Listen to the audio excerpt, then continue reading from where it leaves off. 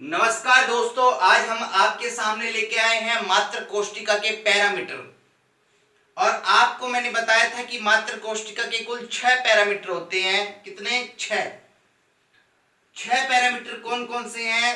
3 parameter होते हैं किनारों की लंबाई और 3 पैरामीटर होते हैं किनारों के बीच में बनने वाले कोण। मतलब टोटल 6 पैरामीटर। इनको हम निम्न प्रकार से समझेंगे कि हमने आपको लास्ट वीडियो में समझाया था कि मात्र कोष्टिका किस प्रकार से बनती है। ये एक मात्र कोष्टिका हमने निर्मित की है।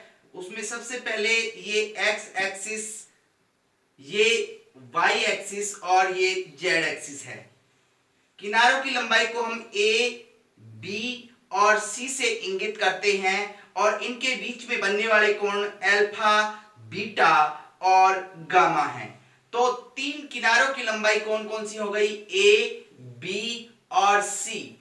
और बाकी बचे हुए 3 हैं अल्फा, बीटा और गामा, जो इनके बीच में बनने वाले कोण हैं। इन्हीं को आधार मान करके हम बाकी मात्र कोष्टिकाओं के पैरामीटर को निर्धारित करेंगे। किस प्रकार से?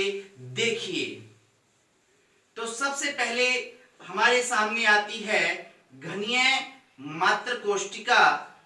तो घनीय मात्र कोष्टिका की संरचना इस प्रकार से होती है कि इसमें आपको एक डब्बे जैसी संरचना दिखाई देगी। डब्बा, जैसे हम एक घनीय डब्बा लेते हैं और इसमें ये ए, बी, सी ये किनारों की लंबाई है और अल्फा, बीटा और गामा इनके बीच में बनने वाले कोण हैं। तो हम सबसे पहले बता दें, ए, बी और सी किनारों की लंबाई सभी की समान होगी, घन होगा तब। और अल्फा, बीटा और गामा 90 डिग्री होगा। ये घन नहीं है, ये घनाभ है।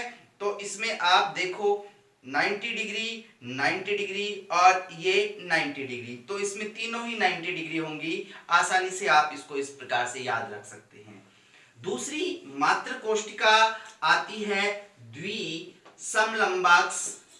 द्विसमलंबाक्ष, जैसा कि नाम से स्पष्ट है, दो भुजाएं समान हों, दो किनारे समान हों।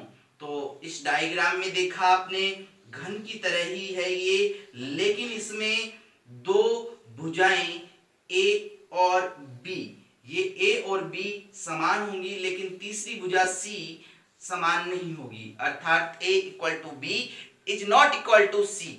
लेकिन सभी एंगल अल्फा, बीटा और गामा 90 डिग्री के होंगे, जैसा आपको इसमें दिख रहा है। ए और बी समान है, सी इज नॉट इक्वल टू, लंबी है, लेकिन अल्फा, बीटा और गामा तीनों कोण 90 डिग्री हैं। अब हम तीसरा प्रकार लेते हैं विषम लंबाक्ष। तो विषम लंबाक्ष इसी प्रकार से है, विषम लंबाक्ष मतलब इसके अंदर तीनों की तीनों जो भुजाएं होती हैं, किनारे होती हैं, वो तीनों किनारे अलग अलग होते हैं। जैसे ए, बी और सी। तो ये ए हमने माना था, ये बी और ये सी। तो A is not equal to B, is not equal to C, लेकिन इनके बीच में बनने वाला कोण अल्फा, बीटा और गामा सभी इसमें जिस प्रकार से आपको दिखाया था, अल्फा, बीटा, गामा 90 डिग्री ही होंगे। चौथा प्रकार अब हम ले लेते हैं, बहुत ही सिंपल सा है। चौथा प्रकार षटकोणीय। तो हम यदि इसका डायग्राम बनाएं तो आसानी से इसको समझ सकते हैं। षटकोणीय मात्र कोष्टिका, तो हम आसानी से इसका डायग्राम बना सकते हैं। ये एक षटकोण है। आप पहले की क्लासों में इस चीज के बारे में जान चुके हैं। ये हमने एक षटकोण तैयार कर दिया।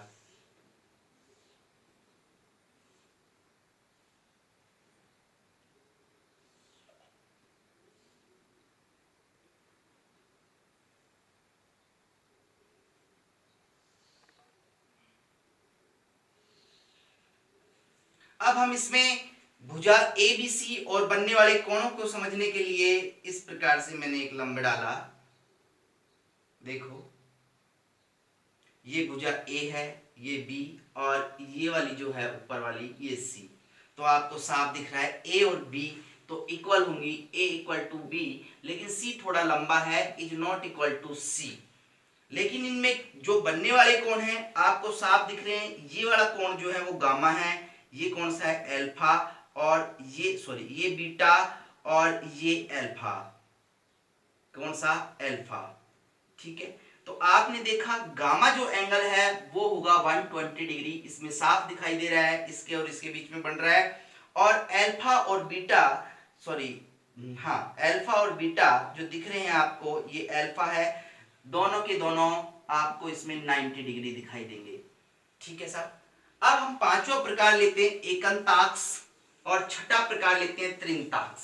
तो एकंताक्ष और त्रिंताक्ष दोनों को आप आसानी से समझ सकते हो, एकंताक्ष और छठा त्रिंताक्ष। एकंताक्ष हम इसको थोड़ा झुका हुआ बनाते हैं, ये मैंने इसको बनाया।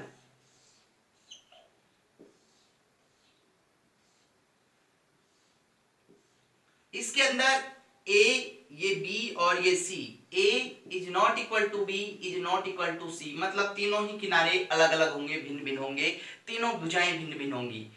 और जो एंगल अल्फा और गामा है, अल्फा कौन सा है ये, और बीटा ये है, और गामा ये है।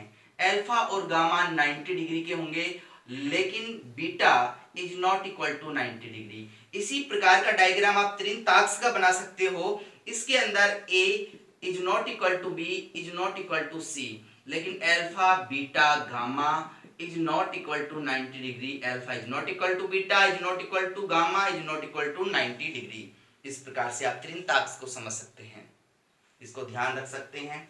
उसके बाद त्रिन समन्ताक्ष जो सातों प्रकार हैं उसको लेंगे। त्रिसमन्ताक्ष,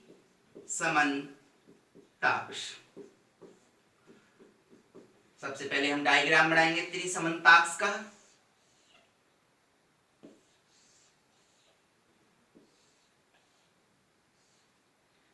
त्रिसमन्ताक्ष, ये ए, ये बी और ये सी।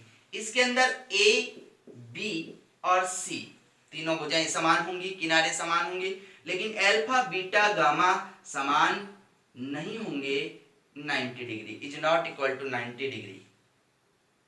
धन्यवाद।